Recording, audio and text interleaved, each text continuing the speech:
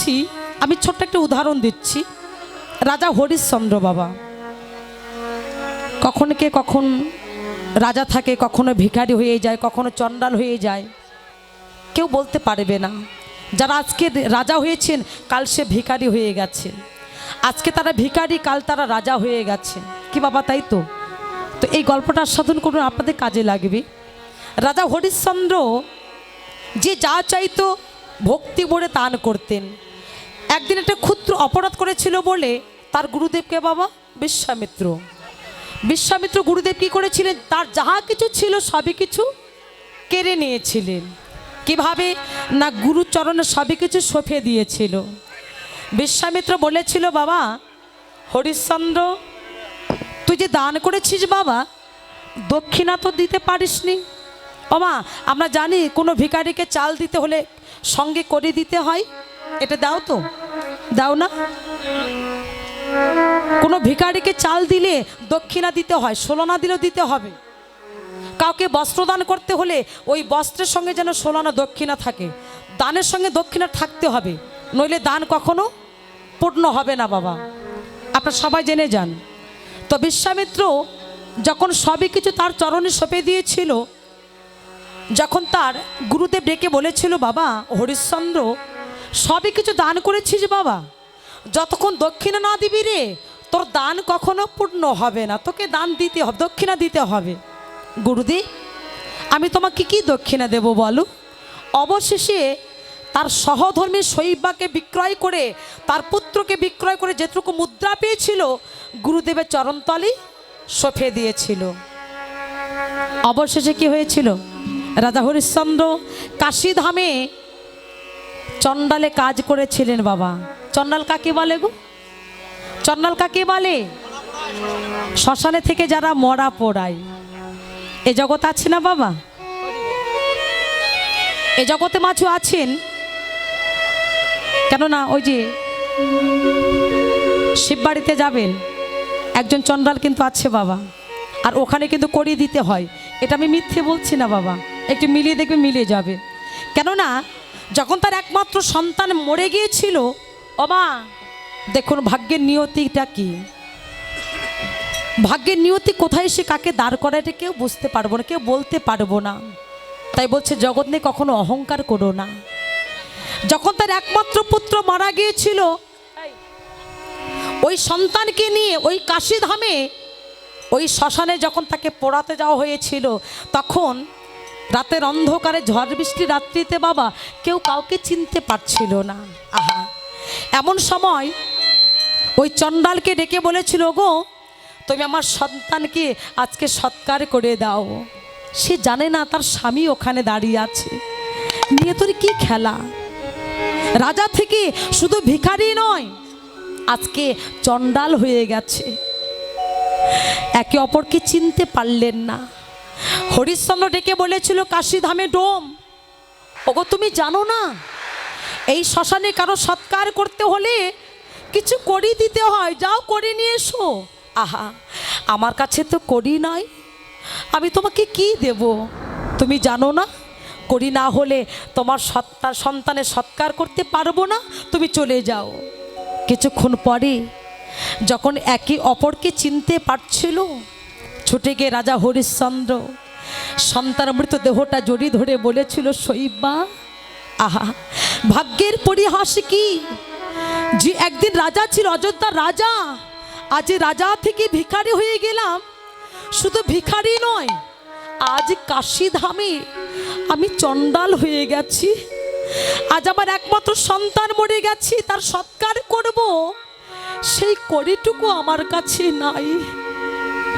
ওই সন্তানকে বুকে জড়িয়ে ধরে, মৃত সন্তানকে কোলে করে নদীর কূলে গিয়ে, নদীর কূলে বসে বসে দুটি নয়ন জলে বক্ষ ভাসে মাধবকে ডেকে বলেছিল, মাধব এমন সাধে রাজ্য ছাড়ি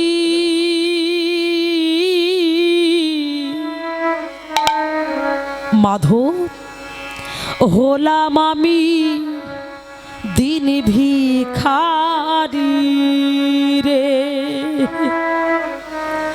তুমি কৃপা করে ফিরাও নৌকা পার করে দাও। তুমি কৃপা করে ফিরাও নৌকা পার করে দাও। এমন সাধে রাজ্য ছাড়ি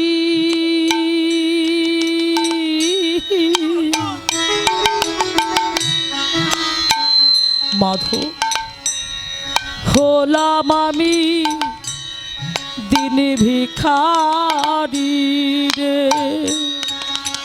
আর এমন সাথে রাজ্য ছাড়ি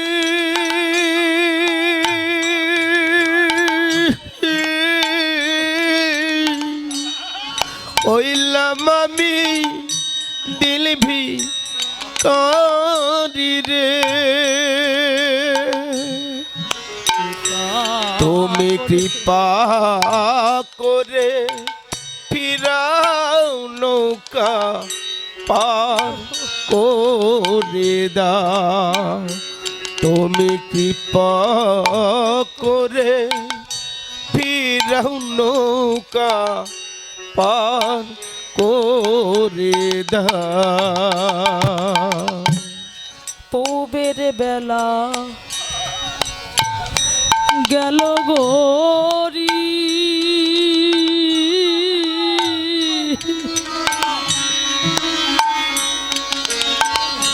ও মাধবের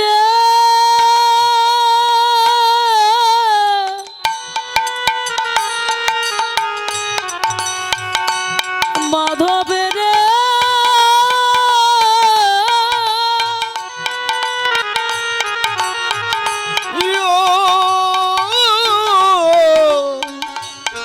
মাধব রে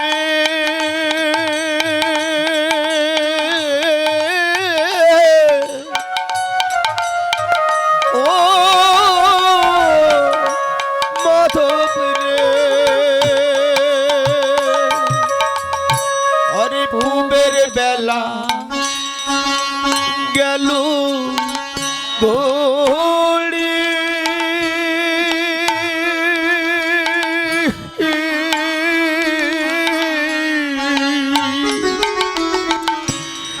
নাই কো আমার পারে কোড়ি রে। পূবের বেলা গেল কোড়ি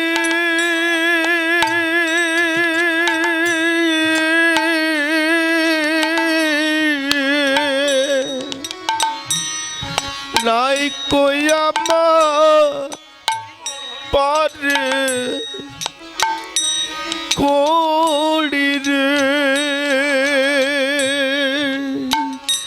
তুমি কৃপা করে ফিরাও নৌকা পার করে দাও। তুমি কৃপা করে ফিরাও নৌকা পার করে দাও। করে ফিরাও নৌকা পার করে দাও। ভগবান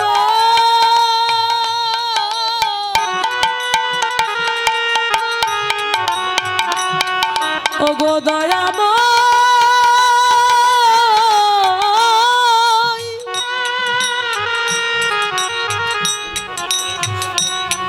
ও গো দয়াময়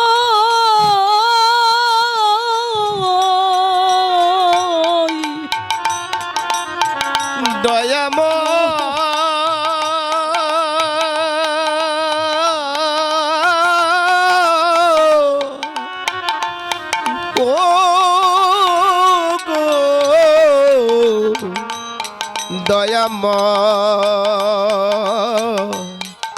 দয়া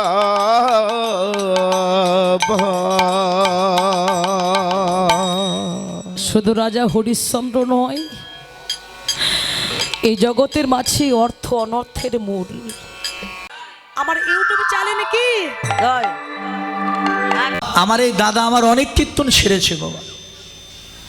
আমার এই কীর্তন মিডিয়া 10 লেখলে বহু কীর্তন, আমার কীর্তন অন্যান্য কীর্তনে কীর্তন, বাউল গান, কবি গান, শব্দ গান, লীলা কীর্তন, নাম কীর্তন অনেক কিছু পাবেন।